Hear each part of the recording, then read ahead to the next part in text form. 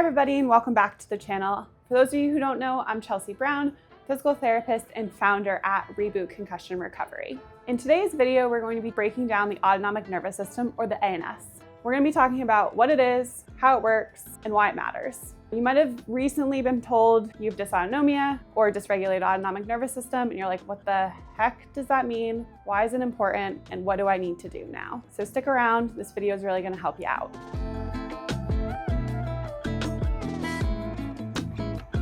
So the nervous system in our body is actually pretty complex. It's broken down into two segments. We have our central nervous system, which is the brain and the spinal cord, and our peripheral nervous system, which is all of the nerves that run throughout our body. The peripheral nervous system is then further broken down into two separate sections. We have our somatic nervous system, which is controlling our voluntary movements, relaying sensory information from the body. So you touch something and it's hot, it tells your brain that that thing was hot.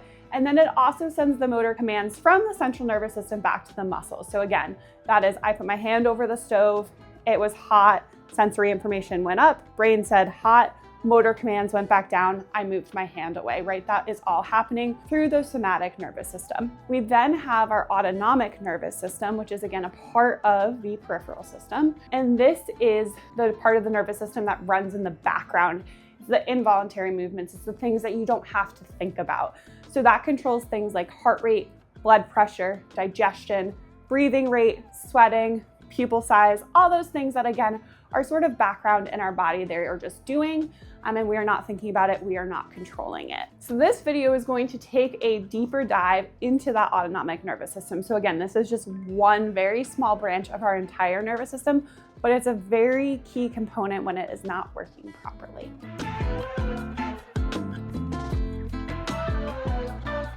The autonomic nervous system has its own two separate branches. We have our sympathetic branch, or our fight or flight, and we have a parasympathetic branch, also referred to as the rest and digest. So the sympathetic kicks in when you need energy or in response to stress. So it's going to do things like raise your heart rate, increase your blood pressure. It's shunting blood to your muscles so you can react quickly, increase sweating, right, temperature regulation so that you can keep your body cool and respond to threats if necessary. Our parasympathetic, again, that rest and digest branch, is what's going to slow your heart rate down. It helps with digestion, right? So now we're bringing blood flow back to the core to aid in digestion and the motility of your GI system. Supports healing, and it restores your body to a more calmed and rested state so that you can recover and be ready to go the next time you need that sympathetic drive. The sympathetic and the parasympathetic branches are essential. One's not better than the other. It's not good or bad to be in one state versus the other. It's all about balancing between the two. There should be a constant tug of war between your two branches all day. That shows a well-regulated and well-balanced nervous system. One way that you can tap into whether or not your nervous system is balanced is looking at your HRV, or your heart rate variability.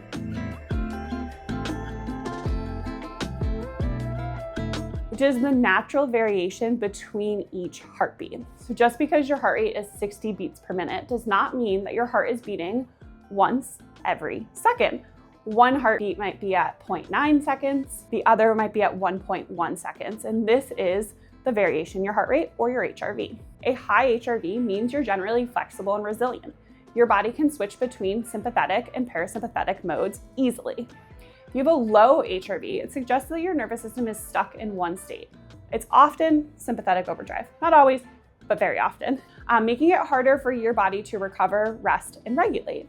These are where people are saying, I'm rested, but I'm constantly fatigued, or I don't really feel like I slept. Again, if we're not tapping into that parasympathetic side, we're not getting true rest. What sort of things will affect your HRV? Stress is always number one on that list.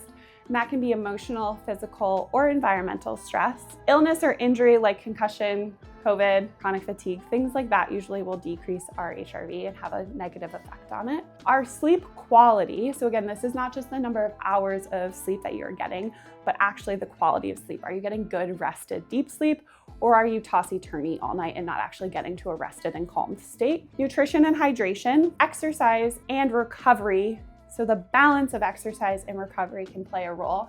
So again, if you're in a high sympathetic overdrive and you exercise a lot, that exercise can just be viewed as physical stress on the body, and it is not helpful. You're not getting the good benefits out of exercise because the nervous system is already too taxed. And your breathing patterns can also play a role in promoting either parasympathetic drive or sympathetic drive, and therefore either increasing or decreasing that HRV. So why is HRV useful? We can track HRV to give us insight in how the nervous system is handling stress and recovery.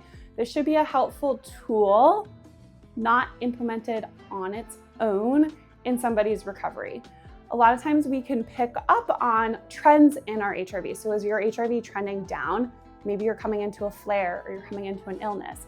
Is your HRV trending upward? Maybe we're increasing capacity and we're on the right track with recovery. Again, it is going to show improvements in how they're regulating and recovering, or it's gonna start to give us insight maybe a little bit ahead of time and show signs of the body needing a rest or a break before we hit a flare or a true crash. So that's how we can use HRV to help us in recovery and regulating the nervous system. But again, it should not be used on its own, and it should not be something that we are glued to and checking all the time.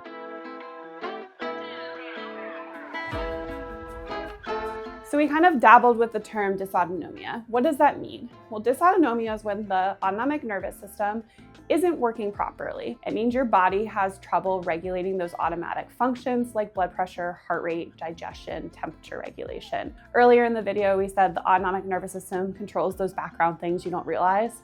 With dysautonomia, you realize it. You can feel the sluggishness of your nervous system. It's not responding the way that it's supposed to. You stand up and all of a sudden you feel like you're gonna pass out. You have that graying vision, tunnel vision, legs feel really heavy, heart's racing, palpitations. You get hot really easily, sweating really quickly. You feel short of breath with easy tasks. We have some exercise intolerance, digestive issues, more GI upset, hard time tolerating foods you used to tolerate fine.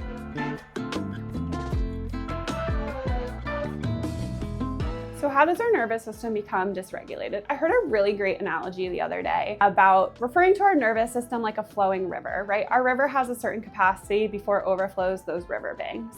But usually it's just flowing along. It can handle little ebbs and flows, little storms that come along, increases the water height for a little bit, and then it settles back down, right? So that is the normal balance of our nervous system that we should see. All rivers have a certain capacity before they are overloaded and start to flood. If we see too many storm clouds or one giant storm cloud that comes in, the river might start to overflow.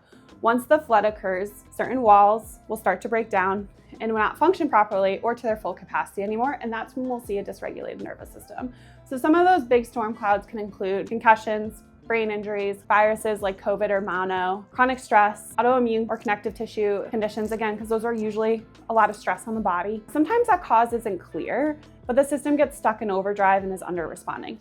That's usually when we see multiple storm clouds that come in at the same time. There's not one that's really big, but it's like you got a new job, you have some family stressors, you're got a little illness, right? It wasn't maybe a big virus or anything, but you got like the flu. And with all that, you still tried to push through and train for that half marathon you're running for, right? So we've just added a lot of stress to the body, and at some point it reaches a breaking point where it can't handle that anymore.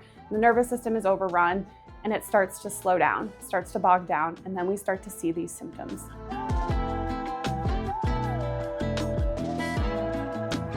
If we have a flooded river or an overtaxed nervous system, we're going to have to start to dial back stress and strain on the system so that can return to its balanced state. Something has to give. The dam has to open up so that the water level comes back down. More often than not, when I see individuals with a dysregulated nervous system, it's going to be in sympathetic overdrive. There is going to be too much stress that has been poured onto the system, and we have to start to cut back so that we can restore that balance and that regulation. Sometimes cutting back is easier said than done, though I did post a video on pacing, so take a look at that because that will help in this whole cutting back situation. But while we're trying to support and find that balance, there are ways that we can also help with our nervous system regulation. And one of that is by stimulating, more often than not, our parasympathetic system to bring more calm into your body and into your life. These can be really helpful after moments of high stress, after physical activity, before bed, so that we're actually getting to a calmed and rested state. Some of these things include deep diaphragmatic breath,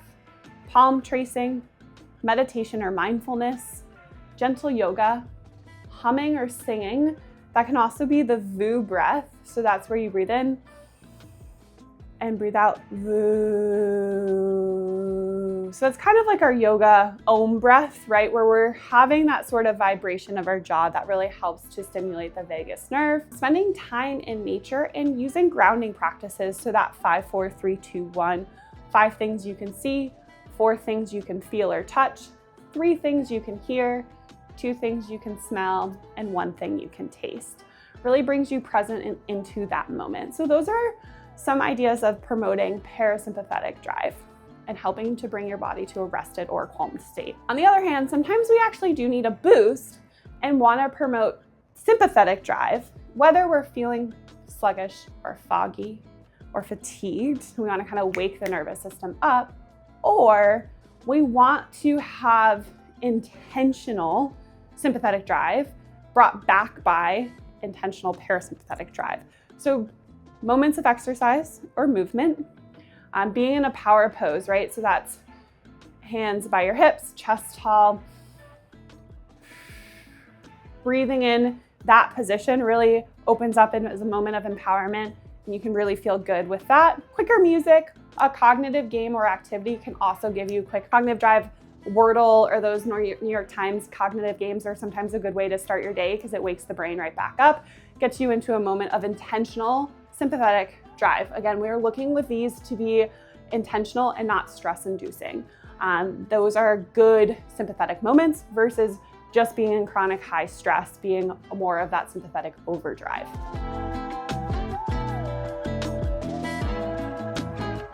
All right, so that is a brief overview of the autonomic nervous system, or our automatic regulator. Again, this is the software that should be happening in the background, but with dysautonomia, we see that that balance is lost. The system is flooded, too many things are happening, and it can't quite regulate the way that it should. Don't worry, dysautonomia can be treated. You can re-regulate your nervous system. So stay tuned for future videos as we dive deeper into dysautonomia and help you regain your life. Interested in learning more? Make sure you subscribe, like this video, and if you want to chat, use the link below to schedule a free consult call.